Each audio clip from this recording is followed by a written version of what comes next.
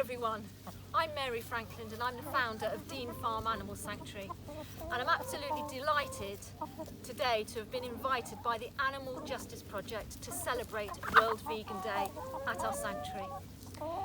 We're going to talk a little bit about some of our residents today and show you around our sanctuary, and also talk about our beautiful hens here in Hen Haven. But first of all, I thought it would be nice to explain why I set the sanctuary up and what we hope to achieve by setting the sanctuary up.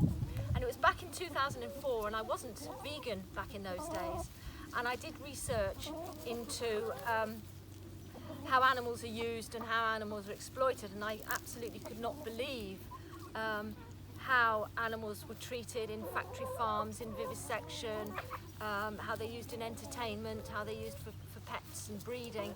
And it completely turned my life around, and I felt I needed to do something, and I virtually immediately turned vegan and felt that if it had this impact on me and other people's eyes were open to the absolute atrocities of what was happening to millions and millions of animals across the world, then they too would want to promote compassionate living and stop animal abuse. So I thought, I'm going to set up a sanctuary, and with that in mind I spent many years researching and fundraising, and eventually in 2007 set up Dean Farm Animal Sanctuary, and 2016 we started rescuing our first animals. How we work at Dean Farm Sanctuary is that every animal is treated very much as an individual. They're not hens and cows and sheep and pigs. They are all collectively individual species or individual animals, all with different needs and different wants, and are treated as such. And to do this takes an awful lot of space, a lot of time, and a lot of money. And so our sanctuary is a holistic and tranquil home for life to over 180 animals across 62 acres of land. So the Animal Justice Project are doing amazing work with this current campaign, exposing the atrocities that happen within the factory farming of ducks and broiler hens, which are raised for meat. And I think the campaign, The Foul Truth, they're doing an incredible exposure. Here at Dean Farm Sanctuary, my son Colin Pierre, our one cockerel, and his 45 ladies, we're going to talk a little bit about our beautiful hens here in Hen Haven. And these girls are egg-laying hens. So rather than being raised for meat, they are raised to produce as many eggs as possible for us to eat. And these hens come from barns, windowless barns, hundreds of thousands of them, tightly packed in, for approximately 1 year of their life. In that time they produce nearly 300 eggs, and then they are sent off to slaughter. They have been genetically bred to produce as many eggs as possible in such a short space of time. And therefore, once the egg production starts to reduce from approximately 300 eggs to maybe 299, when they are farmed on such a massive, steady girls, steady, when they're farmed on such a massive scale, obviously the farmer then chooses for commercial reasons to send them off to slaughter, and then the new girls are brought into the farms. They have no real enrichment, they have no sunlight, no day, no sunlight, no day, no night, no grass, no wind, no rain, no nest boxes to lay their eggs in. When they come out of these farms, most of them are featherless because they're so closely packed in with their friends. They have sores on them. Their bodies are completely depleted of calcium and protein because all of that is going into the egg production. And then they go off to the slaughterhouse, with only a few saved by various charities and organisations. So, as you can see, these hens are scratching around. They have all of this area at Dean Farm Sanctuary, about an acre of land, where they can forage and run around. But equally, I'm just here by one of our 3 houses. You look in here, these are their little nest boxes, because you go in the house the other side. Oh look, we have an egg here. So they lay nests, and they can go in here and quietly have their little eggs. Whereas in a factory farm or in the enriched cages, they are on metal for their entire lives. They have to eat, sleep, and lay their eggs on metal for their lives. So here they can lay eggs in their nest boxes. They can scratch around on the grass. They can socialise and vocalise. They take themselves off to bed when it gets dark, something that they could never do in the factory farm, because the lights are left on virtually 24 hours a day to ensure that egg production is at a maximum. So if we come over here, we can see one of our little houses.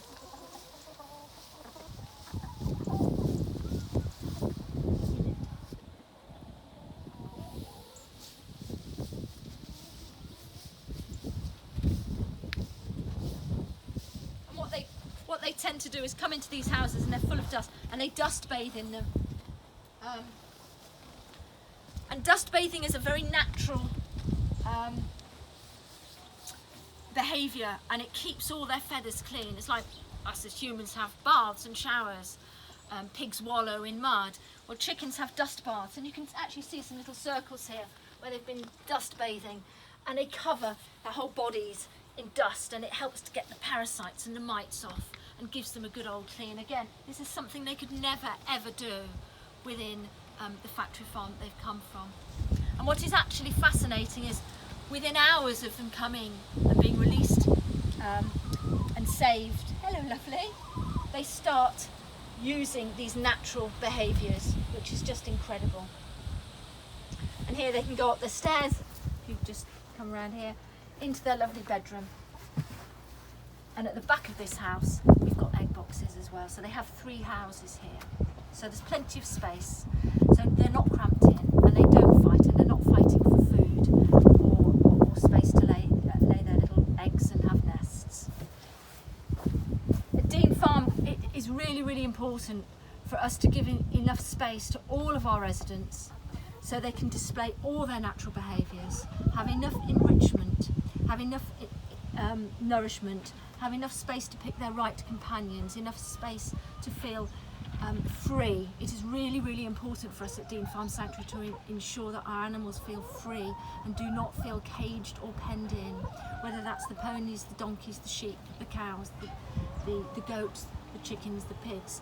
All of our animals are collectively our family, and all of them roam around the sanctuary, and even if you leave gates open, no one wants to try and run away or escape, because they feel very, very safe here, and it's their home for life. So I'd like to talk a little bit about one of our hens who has a special place in my heart, and that is Tufty. Tufty came to us from one of the big rescues when we rescued 66 hens from a facility that was closing down. Her body was so broken, and she hardly had any feathers. She was absolutely exhausted, and we really didn't think she was going to make it. Many of these hens, when they come out of these facilities, their bones break because they're calcium deficient. They have prolapses because their little bodies have been pumping eggs out for the last year. They have no feathers. They have protein deficiency. They contract peritonitis and a whole host of other issues that they can contract within the first few weeks and first months. So we were very, very concerned about Tufty. So Tufty came to us from an enriched cage. She was rescued with 66 other hens. And as you saw from her picture, she was in an absolutely deplorable state when she first arrived. She had hardly any feathers. She was very, very weak, and she did need a lot of extra special care. But as you can see now, with love, with care, and with support, she has grown into this beautiful, beautiful hen. Look at her beautiful feathers. Her comb is nice and red. She's very strong. Good girl, good girl, good girl. And it's just a picture of health, really, how any hen should be and how any hen deserves to live. They do not deserve to be treated as units and commodities and animals just to produce eggs for people to eat. It is just, these are living animals just like us, who want to live, who want to have friends and companionship and to free roam and treat any animal, as you saw, Tufty's feathers, Tufty's body broken, completely exhausted, and Tufty was only 18 months old. That's all they are. They're literally babies when they come out of these horror houses. They're only 18 months old, and only a handful get saved. So all of our hens here in Hen Haven have been with us well over a year, and as you can see, they've got beautiful, beautiful feathers. But we also showed you how they come when they first come out of the factory farms. In the first few weeks, as I've said before, they don't know between night and day. So in these houses, we have to come and put them to bed at night and bring them back out in the morning, because they just don't recognise it when it gets dark. Also, in the first week or two, because they're not used to using their legs, you will see them holding their legs up. So that they're obviously their natural instincts are being stimulated around them, so they want to scratch and forage and just like this little girl did then.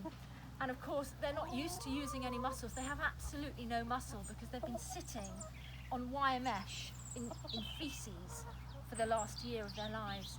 So for the first few weeks, their legs are really, really sore. And they want to keep scratching, but they have to keep stopping, and they just hold their legs up. And it's lovely to see them getting stronger and stronger, and then their feathers coming back over time. And to give them that, to have the support from our supporters, it's amazing that we have this wonderful support that allows us to rescue, rehabilitate, and give a home for life to animals which, for I suppose, the farmers, it is just a unit and a commodity, and to us, and as you can see, all individuals, all have a hierarchy and social standing within this area, and just enjoying life and being hens. So I would like to say thank you so much to the Animal Justice Project for inviting us to share our hens on World Vegan Day. As a registered charity, we have no public funding. We rely completely on donations from the public and support from the public. So thank you very much to the Animal Justice Project for inviting us, and thank you to everyone who supports us. We do have an ongoing appeal called the Help Our Hen Appeal, which helps pay for food and care for our lovely girls in Hen Haven, and obviously Colin Pierre, who you heard earlier. And please do come and visit us. Yes, please do come and visit us and see all our beautiful residents, especially our girls here and Colin Pierre in Hen Haven.